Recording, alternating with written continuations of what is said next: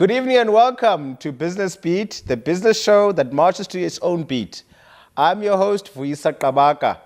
Tonight we're venturing into a sector that you should take some time to get to know about and get to learn about the key stakeholders within this particular sector. Fishing has become a favorite of food nutritionists as it's high in protein and it's very rich in vitamins. As such, a thriving industry is starting to emerge of fish farmers across the land who are getting into the space of fish farming, better known as aquaculture. We'll learn more about how you can get into this industry, but first, we've invited a guest this evening to share his entrepreneurial journey in how he's managed to get himself started and is now building a fish farm in Paarl. This evening we welcome Christy Petersen, aquaculturist and entrepreneur from Paarl. Christy, welcome to the show. Thank you so much for having me. Wow, it's wonderful. When I heard your story, I was really kind of blown away and very intrigued to speak to you. So please just tell us quickly, how did you get started in aquaculture? I was introduced to aquaculture through the University of Stellenbosch. There's a program that they run, the aquaculture division and water research division. So and it's been a long time, but that is the way that I get involved in aquaculture. So just quickly, for those who are a little bit less familiar with the space, we might say fish farming, but what does fish farming mean? We know farming, but what does fish farming mean? Basically, it meant that you have to feed the fish, and then you have to see to the health of the fish, and that is basic what fish farming all entails. So it's farming, really, actually. yes, you can say it like that. Yeah. But now I want to go back into your journey. So just talk us through your background, the early days, and how did you get started specifically in this particular industry? Yeah, I grew up in the Eastern Cape. And from there, after finishing school, I started working on a farm. Yeah. So basically that is where it all started, because on farms there should be water, because irrigation is mainly part of the business. So and when I get introduced to university and the fish, then I started fishing. Yeah. So that is basically where it's coming from. Yeah. Now, in the early days, what kind of challenges were you faced with in kind of kickstarting? Take us back to that kind of area. Finance. When you start up, there's always a problem with financing. So that is the main problems, the main challenges that you face. Okay. Is how to get money to get going. Yeah. And now that you've kind of got things going, what has been the unique element that has kind of made you different? I certainly could never imagine someone starting a fish farm in Paarl, but what has been the unique value for you in terms of your positioning in the market? There's no new things. What I did in relation to the other farmers, because by farming fish is a basic thing, as I mentioned already. So there's nothing new. Yeah. And you started farming trout specifically. Was that a strategic decision, a selection choice, or demand kind of gap choice? Yeah, it's a combination of all that you mentioned now. Basically, if you look at the site selection, Western Cape is winter rainfall environment. So and the fish that I do is trout. It is a cold water, freshwater fish. Wow. So and that is maybe nice for breakfast. Yeah. Now, how do you where's your market? Is it mostly Western Cape based, or is it Are you getting customers throughout the country? Mostly Western Cape based, yeah. Yeah? Okay. And how does that work for you in terms of getting your products to market? Currently, I'm selling directly to the processors. Okay. So here and there, individuals that come along and take some fish. And other than that, that is basically how I distribute my fish, yeah. And is it going well? Is it pushing up? Is numbers moving up? Not as well as we want to, but things is heading, I think, in the right direction. So in terms of now, I want to get started in this industry, and I'm thinking, there's Christy, great example, making it happen. What do I do? Where do I start? First of all, you have to know what you do. And what you want to do. Yeah. And then it is try and get some information regarding the fish that you want to do. Yeah. And then you can put it together with some mentoring, because there's always some guys that knows better. Yeah. Yeah. And you've kind of gone through that process yourself as well? Yes, indeed. Yeah. So how have you been working with your mentors? Are they kind of helping you shape your financials, shape your branding? Yeah, technically, financially, that is where I can tap on the experience and the expertise, and And government support, do you have any of that? Yes, I have some support from the government. Yeah. Which government department specifically? I think it's agriculture and fisheries. Yeah. Okay, brilliant. And so as a young person getting in, how do I become Christy one day? You have to be focused. Brilliant. Yeah, you have to be focused and treat your business or act your business as a startup. Yeah. You have to act like it is a startup. Yeah. Because no fancy cars, no fancy offices, etc. Because don't need to overload your overheads. Yeah. Because startup is a startup. Yeah. And that is it. That's amazing. That's amazing. And hopefully your entire community is proud of you. I certainly hope so. Yeah. Let's hope so. Thank you so much, Christy. It's an amazing story, and long may you continue to grow, and look forward to eating some of your trout fish one day at a breakfast in one of these restaurants in Cape Town. Yeah, that would be nice. That was Christy Petersen from Paarl, doing amazing things in that community, growing fish and farming fish for the future, for sustainable fishing and aquaculture. Join us after the break as we speak to a sector specialist and aquaculturist who shares with us his advice around how to make a success of an aquaculture business.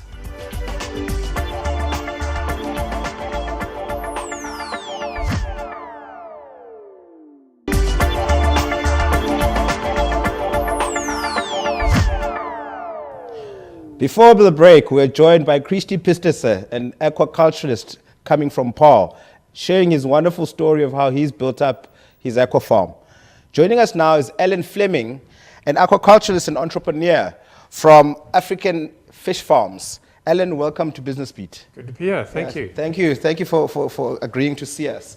Now, before I get started, I just want to understand, just give me a contextual background around African Fish Farms.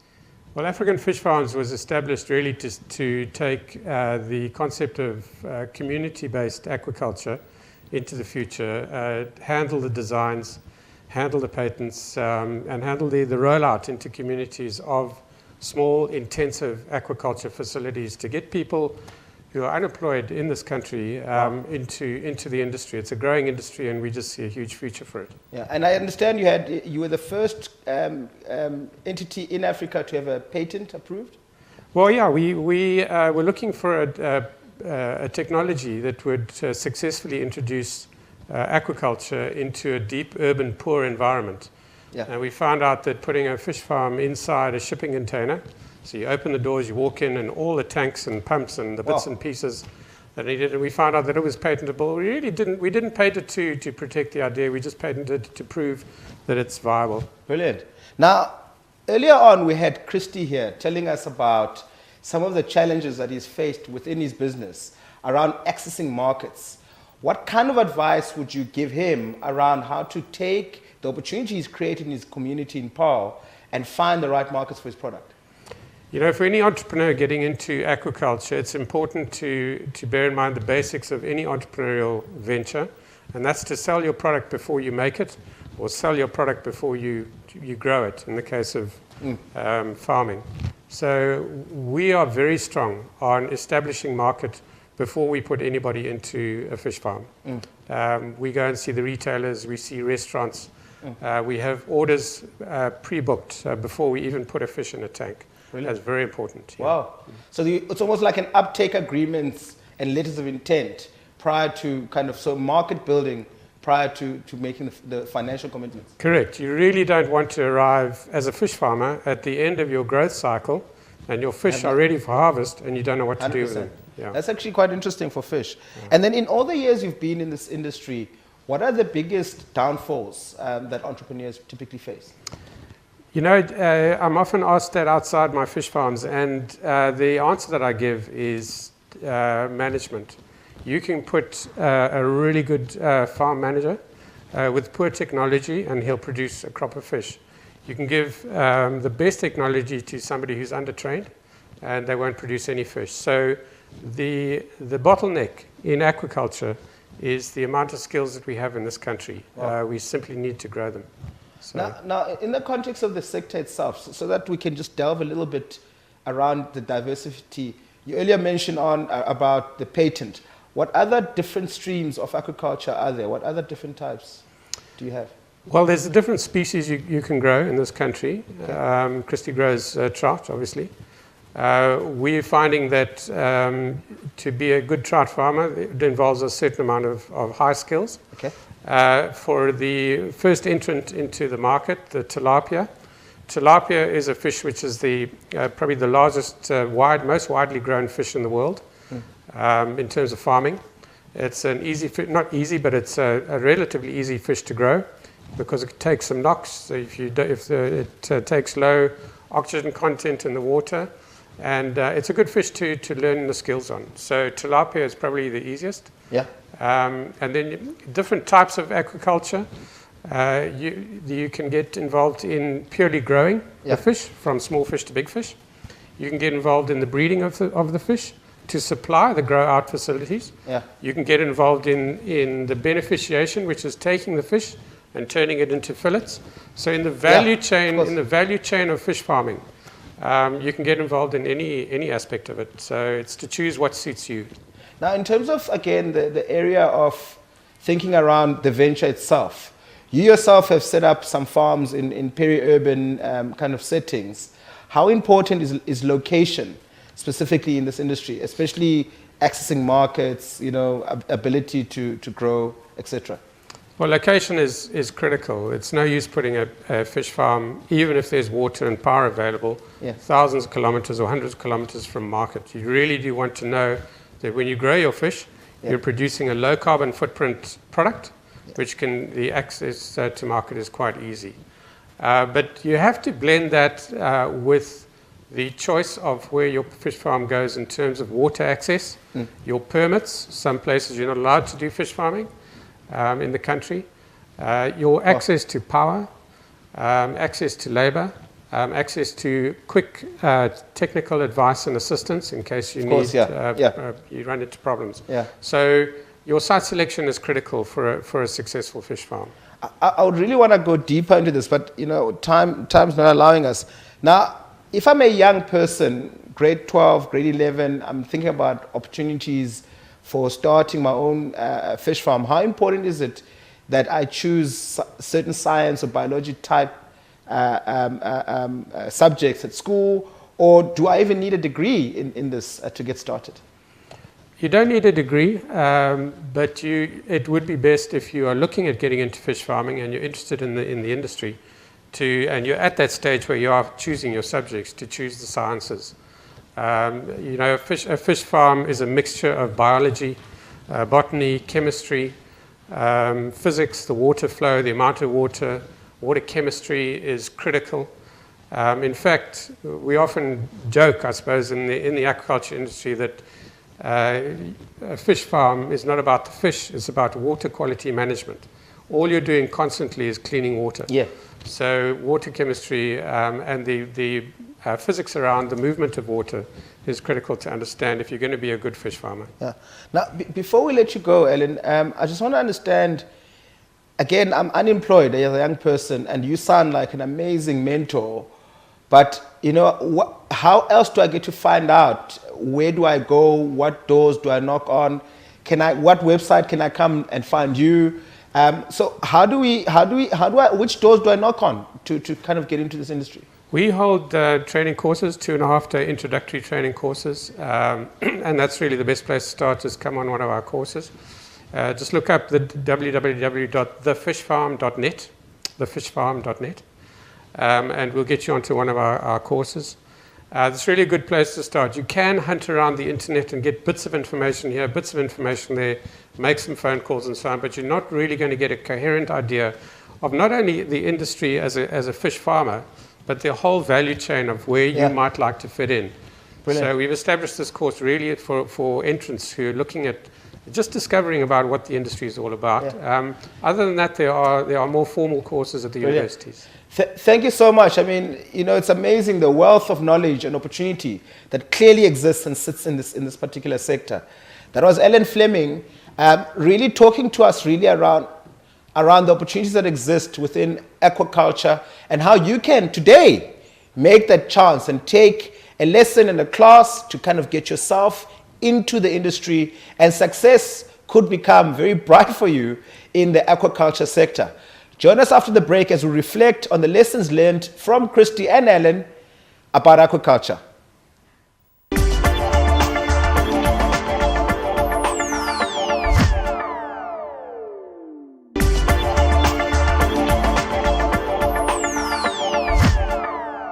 Welcome back. You're still tuned into Business Beat. And this evening, we're marching to the beat of food security and fish farming. We've learned and we've met earlier on Ellen Fleming as well as Christy Peterson. And both of us taught us some amazing lessons around how to get into the aquaculture space. Now, let me recap very quickly for you what we learned. From Christy earlier on, entrepreneur based out of Paarl, making it happen, making it work. We learned that focus is important. And he's taught us that it's important as a young person getting into the industry, you gotta get your focus right in terms of ensuring that you focus on the key areas of building your business, in nurturing and cultivating your fish to industry standards. We also learned that working with a mentor is an incredibly useful exercise to do. This is not only advice that's important primarily for this particular industry, but across all different manner of industries. But why it's particularly important here is that a mentor will guide you around species selection, will guide you around the technical aspects of growing your fish, and will also guide you in your distribution challenges that you might or are likely to face. From Ellen, we had some amazing lessons around how to take this industry from a very basic, baseline, local component and take it to all over the world. Ellen farms fish in peri-urban communities and is able to find markets all around the world for the product. With him, we also learned that it's important to have a plan. So it doesn't matter how skilled a professional aquaculturalist that you are, it's far more important to have a plan around your market, around your product, around your cycles. We also learned that it's important to develop yourself as a person. Invest in continuously educating yourself with more knowledge, with more product, and as well as market access information. And lastly, from Ellen, we learned that finding the right location that is close to an accessible market is far more important than the implements that go into a successful fish farm. So thank you very much to Ellen and Christy. Those are amazing lessons that we learned. And as we draw closer to the end of the show this evening, it's important that I think we reflect on what both these gentlemen have taught us about the importance of fish farming in the space of nutrition, as well as food security. Later on this evening, we're going to quickly go through some of the critical lessons that one can learn in business as well. Stay tuned.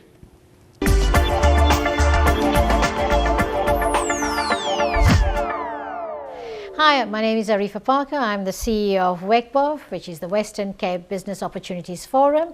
It is a member-based organization in the Western Cape province, and WECBOF constantly striving to offer new and worthwhile services to our members, such as networking opportunities, contracts, training, mentoring, etc. And today we'll be covering up a topic that is very important: how to register a business. Everybody wants to start a business, but the most important part they forget is to register. And to be a good citizen, you've got to start by registering your company. In terms of the Companies Act 2008, a company may be registered with or without a company name. So when you are registering a company with at CIPSE, you can do it automatically. You can go on their website and do it automatically by just reserving 4 names first. There is a cost with every registration that you will do. You can do it on your own, or you can get an expert to do it. I advise on getting an expert to help you out with all those things. Businesses that wish to transact with government and formal sector and wish to access the types of government support are generally required to register with CIPSE. When you register with CIPSE, you know that you get a CK number, and that proves that you are a business that is registered and recognized. Besides that, you've got to then take the second step. You get your tax clearance certificate. The tax clearance certificate you get from SARS, and that is very important for any business because it allows you to show that you are a business of good standing. Thirdly, when you get the second part, try and apply for your BEE, Triple B certificate. Nowadays, you can get it online, so you don't have to go and look for agencies to help you out to get a BE certificate. Once you get the third part out of the way, then the fourth part is open a business account. And here I emphasize not a grocery account, not your personal account, your business account, because that shows that you are now in the world of business. When you send people invoices, you have your business account written over there.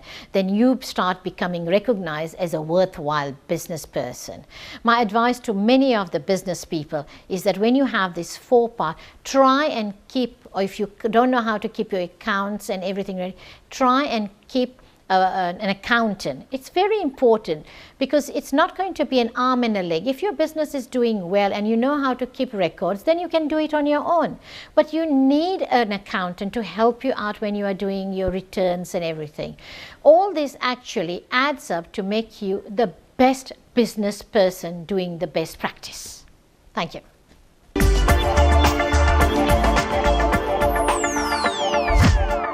I really hope you found that incredibly informative. And now for my last word.